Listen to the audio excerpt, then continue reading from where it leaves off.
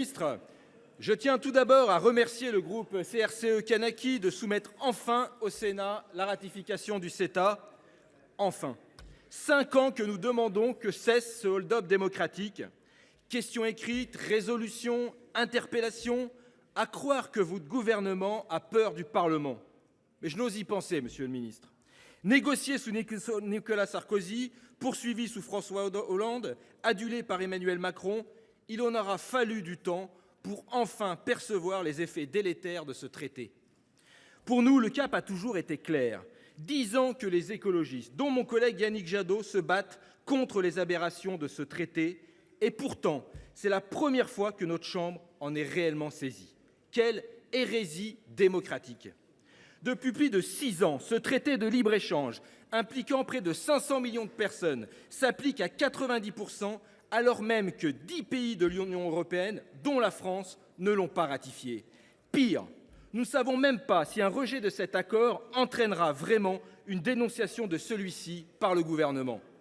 Un tel mépris du Parlement sur un sujet aussi important est inacceptable. Mais puisque cet accord s'applique, tirons-en un premier bilan. C'est ce qu'a fait l'Institut Veblen en janvier. La conclusion est sans appel. Le CETA est une catastrophe pour le climat, la santé humaine et la souveraineté des États. Comme tant d'autres accords de libre-échange, il soumet notre économie à une concurrence déloyale, particulièrement en matière agricole, et inféode la France à la loi des multinationales. Le bilan économique d'abord. Alors que la Commission européenne nous promettait de vastes débouchés à l'exportation et 700 000 emplois soutenus par les exportations vers le Canada, les données disponibles montrent une toute autre réalité. Selon Eurostat et la Direction générale au commerce de l'Union européenne, la part des emplois européens liés aux exportations est globalement stable, tant au niveau européen que français.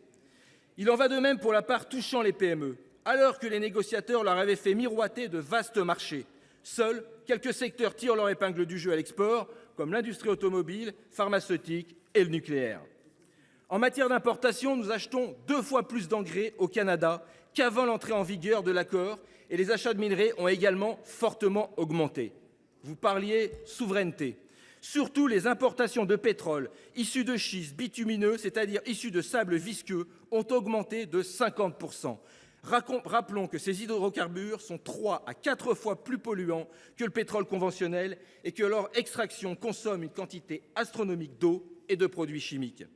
L'exploitation de cette ressource est une véritable barbarie environnementale, avec des forêts entières rasées, des lacs, des cours d'eau et des rivières pollués à jamais.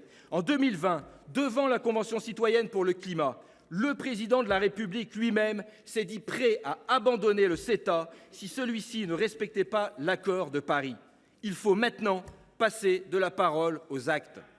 Sur le volet agricole, cet accord est l'exemple parfait de la concurrence déloyale dénoncée par les agriculteurs. Comme l'indique le rapport Schubert remis en 2017 au gouvernement, dont les conclusions restent valides, le Canada continue d'autoriser nombre de pratiques interdites ou plus limitées en Europe. Le bétail est ainsi couramment alimenté avec des farines animales, cause possible de la maladie de la vache folle, ou avec du maïs et du soja OGM.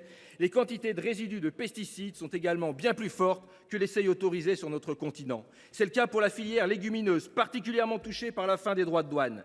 L'usage des antibiotiques, facteur de croissance, est généralisé au mépris du bien-être animal et de la lutte contre l'antibiorésistance. Alors que l'Union européenne et la France mettent en place des réglementations plus ambitieuses en matière agricole, comment, et à juste titre, comment pouvons-nous autoriser de telles importations? Vous allez sans doute me parler des fameuses clauses miroirs.